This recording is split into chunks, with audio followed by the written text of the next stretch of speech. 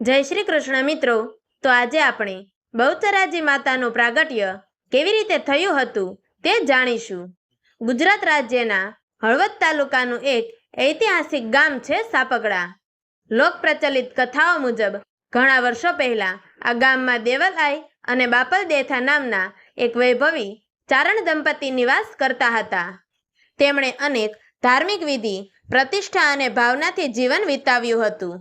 આ પવિત્ર ઘરમાં વિક્રમ સંવત 1451 ઈસવીસન 1395 અષાઢ સુદ બીજના દિવસે 4 દેવીઓ માં બુઢ ભવાની, બલાડ માતાજી, બહુચરમાં અને બાલવી માતાનું દિવ્ય અવતરણ થયું હતું। આ દિવસને અત્યંત શુભ અને પવિત્ર માનવામાં આવે છે અને દરેક વર્ષે તેમના પ્રાગટ્ય દિવસ તરીકે ચૈત્ર સુદ પૂર્ણિમાની ભવ્ય ઉજવણી થાય છે। એક પ્રસિદ્ધ પ્રસંગ મુજબ બહુચર માતાજી તેમની બહેનો સાથે એકવાર કોઈ કામ માટે વેપારી કાફલામાં સામેલ થઈને વણઝાર સાથે બહાર ગામ જતા હતા। તે સમય દરમિયાન તેમનો કાફલો માર્ગમાં બાપિયા નામના ખૂંખાર ધાડપાડુ દ્વારા ઘેરાયો હતો। ચારણોના ઇતિહાસ દર્શાવે છે કે જ્યારે દુશ્મન સામે લડવામાં અંતે તેઓ પોતાની ઇજ્જત અને આદર માટે પોતાનું જીવન સમર્પિત કરી દેતા હોય છે। એ રીતે પોતાનું રક્ત વહાવવું એટલે ત્રાગું કરવું કહેવાય છે। એવી માન્યતા છે કે ચારણના લોહીનું છંટાવું પાતકરૂપ અને અધર્મ ગણાય છે। આ સંજોગોમાં બહુચર માતાજી અને તેમની બહેને બાપિયાને શરણે ન જઈ પોતાનું જીવન ત્યજીને શ્રદ્ધાપૂર્વક ત્રાગું કર્યું હતું। કહેવાય છે કે તેમણે પોતાના સ્તન પોતે જ વાઢી નાખ્યા અને પોતાનો અંત લાવ્યો। આ નમ્રતા અને શૌર્યભર્યા ત્યાગથી ભાવિ પેઢીઓએ બહુચર માતાને દેવીસ્થાન તરીકે માન્યતા આપી।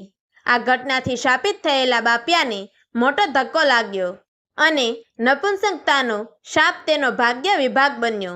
પોતાના પાપના પ્રાયશ્ચિત કરવા બાપિયાએ સ્ત્રીઓના વસ્ત્રો અને આભૂષણો ધારણ કરીને બહુચર માતાજીની ભક્તિમાં પૂરી રીતે તલ્લીન થયો।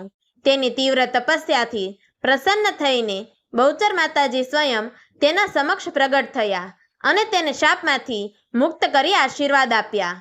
આ પ્રસંગને આધારે આજે પણ સમગ્ર ભારતમાં ખાસ કરીને કિન્નર સમુદાય બહુચર માતાને પોતાની આરાધ્ય દેવી તરીકે માનતા આવ્યા છે। તેઓ માતાજીની ખૂબ શ્રદ્ધા અને ભક્તિપૂર્વક આરાધના કરે છે। બહુચર માતાજીનું સ્વરૂપ ખૂબ જ સશક્ત અને આશાવાદી છે। તેઓ ઉપલા જમણા હાથમાં તલવાર ધારણ કરે છે, જે દુષ્ટ શક્તિઓ સામેના સંઘર્ષ અને રક્ષણનું પ્રતીક છે। ઉપલા ડાબા હાથે તેઓ ધાર્મિક ગ્રંથ પકડીને ધર્મના માર્ગનું માર્ગદર્શન આપે છે। તેમનો નીચલો જમણો હાથ અભય મુદ્રામાં રહે છે, જે ભક્તોને નિર્ભયતા અને સુરક્ષા આપે છે અને તેમનો નીચલો ડાબો હાથ ત્રિશૂલથી સજ્જ છે, જે દુર્ગા શક્તિનું પ્રતીક છે।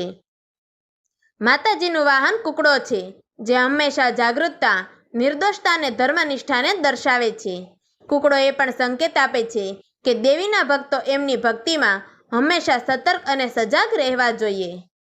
તો મિત્રો, તમને અમારી આ વાર્તા પસંદ આવી હોય તો અમારી ચેનલને લાઈક કરજો, શેર કરજો અને આવી જ અવનવી ધાર્મિક પૌરાણિક વાર્તાઓ અને ઇતિહાસની કથાઓ જાણવા માટે નીચે આપેલા બ્લેક બટનને ક્લિક કરી અમારી ચેનલને સબસ્ક્રાઈબ જરૂરથી કરજો।